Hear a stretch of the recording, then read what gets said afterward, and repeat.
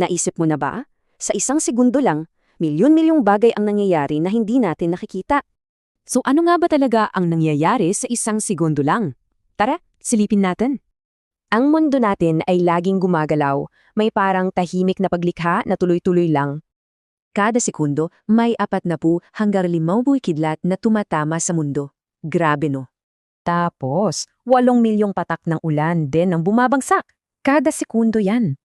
At sa ilalim ng lupa, may 50 maliliit na lindol na hindi man lang natin nararamdaman. Hindi lang sa lupa, pati ang hangin at kalawakan sa paligid natin, patuloy ang paggalaw. Mahigit 1 kilo ng alikabok mula sa kalawakan ang bumabagsak dito kada segundo. At ang Earth, naglalakbay ng 30 kilometro paikot sa araw per second. Pero teka, hindi lang yan sa labas. Nangyayari rin yan sa loob mo ngayon. Sa katawan mo, tumitibok ang puso mo, may milyong brain signals at 25 milyon bagong cells na nagagawa.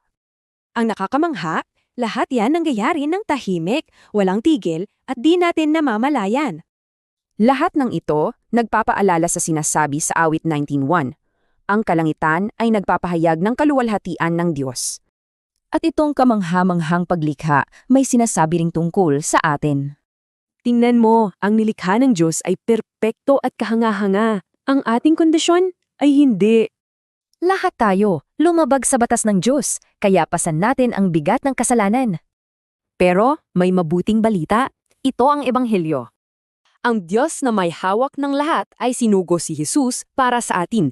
Siya'y namatay at muling nabuhay. Ang kapatawaran, hindi yan pinaghihirapan. Isa itong libreng regalo. Kaya bawat segundo ay isang regalo. Bawat hininga natin ay awa ng Diyos. Kaya hahayaan mo na lang bang gumalaw ang mundo habang ang puso mo ay hindi nagbabago?